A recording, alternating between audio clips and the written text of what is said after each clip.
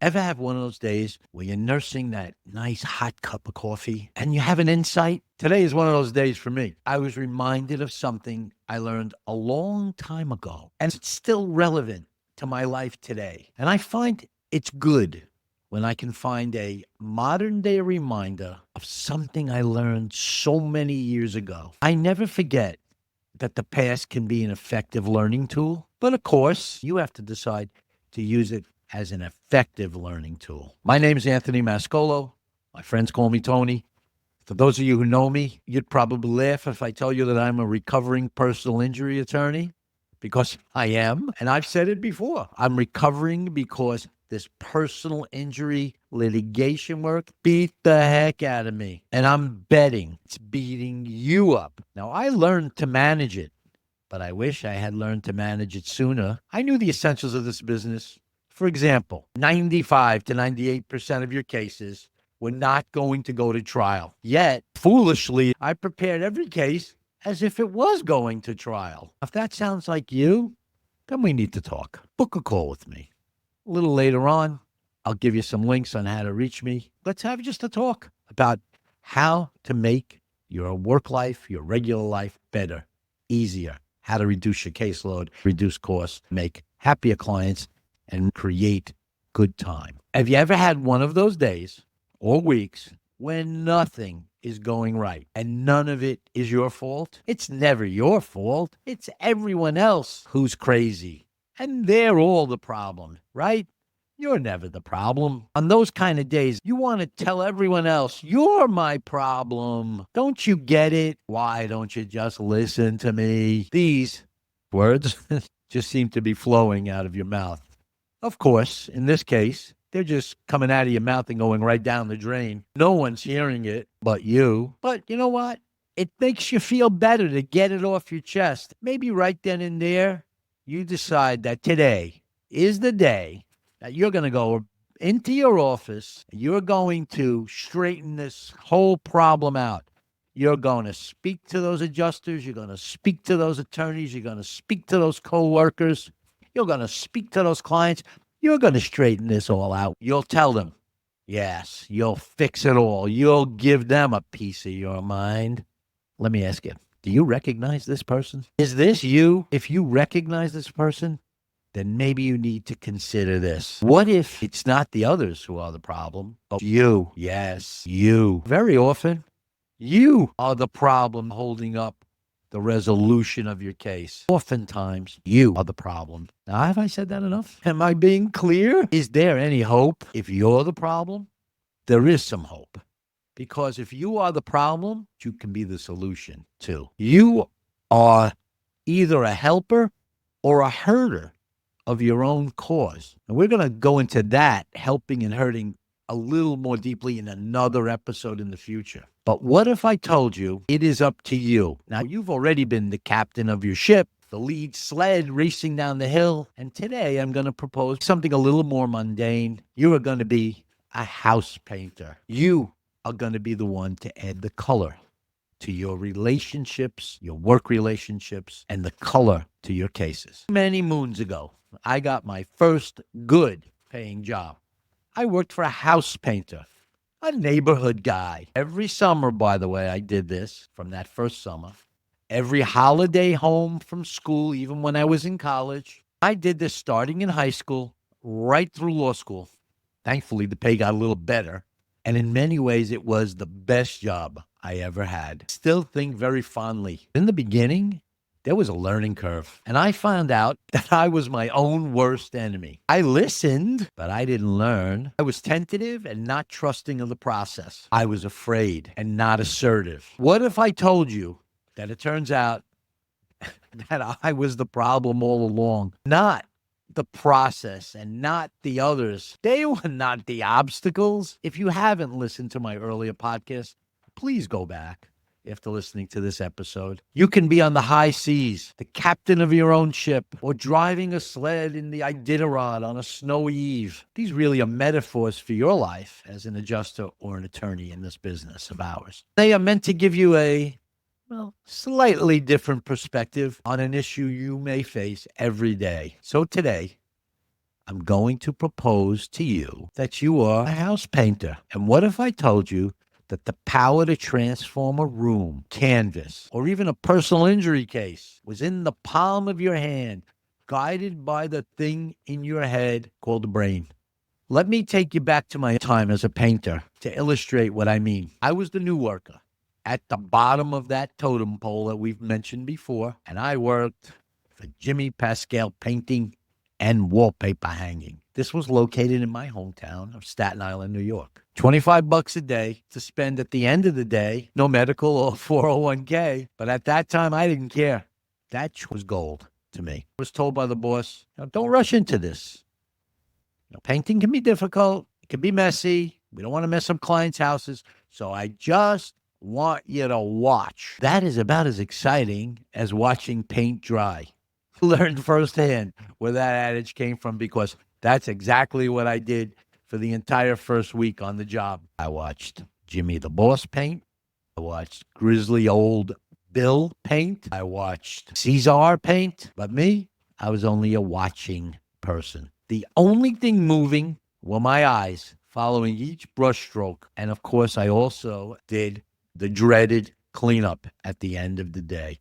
Really did no painting at all that first week. And as time went on, I actually did very little painting. I was the new man on the totem pole. I had to earn my way up that totem pole. Probably for about the first month or so, I was to watch, clean up, and if I was lucky, maybe I got to paint the baseboard on an inside closet.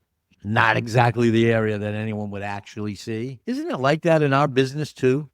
You don't get the $1 million claim or case right from the start. You get the limited policy case, right? What if I told you that you had the power within yourself right now to resolve any case, big or small, when you wanted to, and in the range of the real value of the case? That would put you on the fast track up that totem pole, right? And wouldn't you want to do it as soon as possible? Isn't wasted time equal to wasted money? Isn't wasted time wasted opportunities? Let me get back to my painting story. My big day finally came. Jimmy Pascal, my boss, gave me a present. My first 1.5-inch cutout brush used on window frames and fine trim work. Jimmy showed me the beautiful, big bay window that he wanted me to use that brand new brush on. This bay window was huge.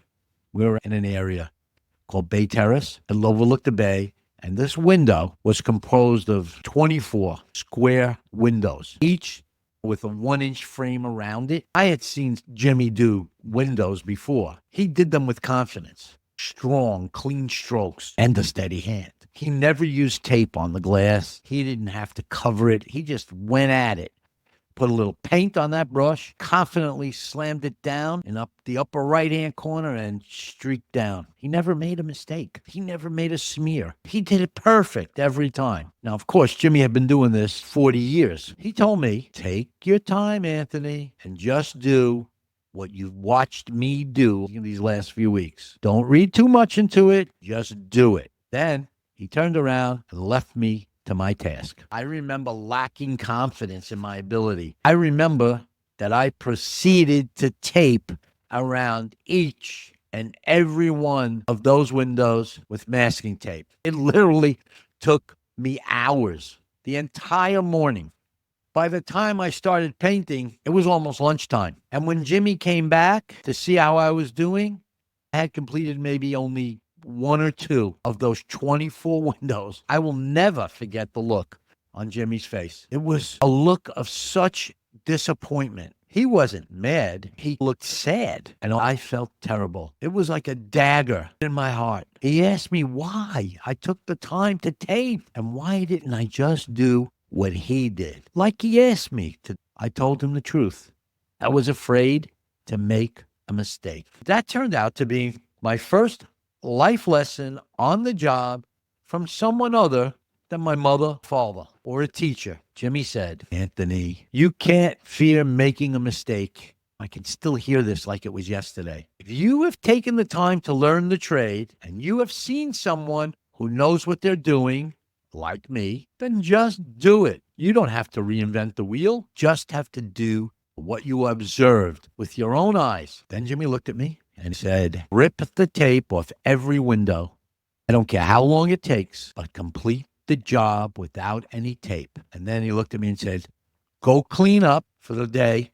You're not going to do this today. You're going to come back tomorrow. And here's what I want you to think about. He said, tape doesn't prevent the accidents in our business. He told me it was confidence, not taping around the windows, that would prevent me from splashing paint on the glass. He told me that tape, rather than help me become a better painter, would hinder me from becoming a better painter. He said that tape actually encouraged accidents because it never let you learn the trade. Think about that for a moment. It was truly profound to me. But what does that have to do with mediations, you might ask?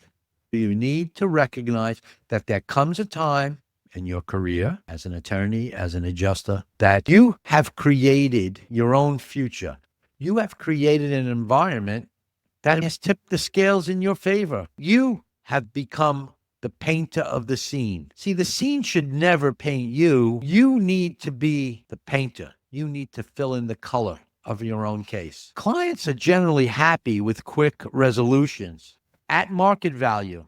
Clients don't want cases to drag on forever. They want to get on with their lives. They want you to have a professional approach that is confident enough to find the solution without fear of making a mistake.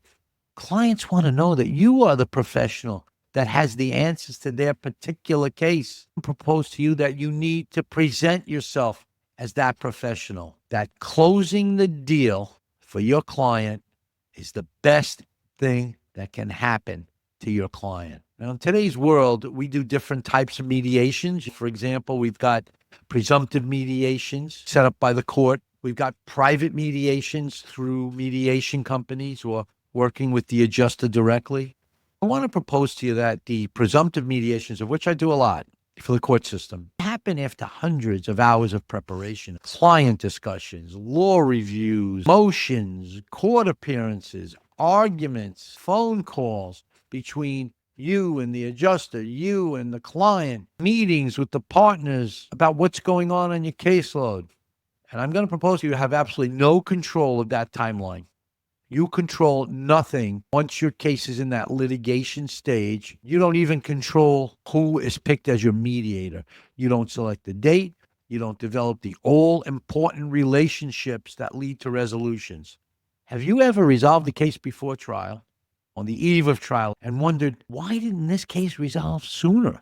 Why did I put all that time and effort in over the years, the hundreds and hundreds of hours, the hundreds and thousands of dollars, when I probably could have resolved it sooner, cheaper, quicker, and more efficiently? Why did this case not reach what I'll call the tipping point, which is that point where it was easier to better and more efficiently resolve the case?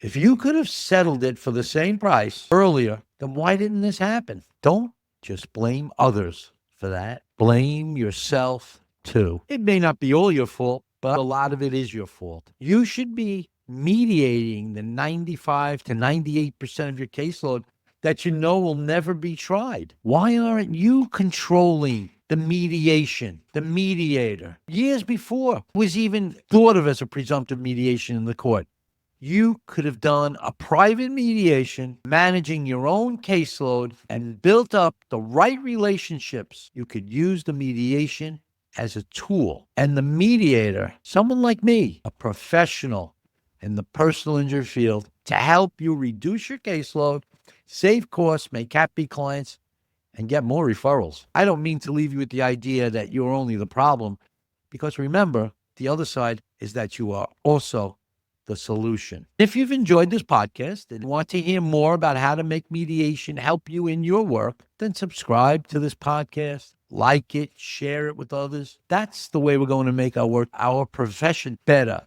happier, and healthier for all. If you want to discuss this further, you can book a call at www.smarttomediate.com/book a call. I'll drop some links below.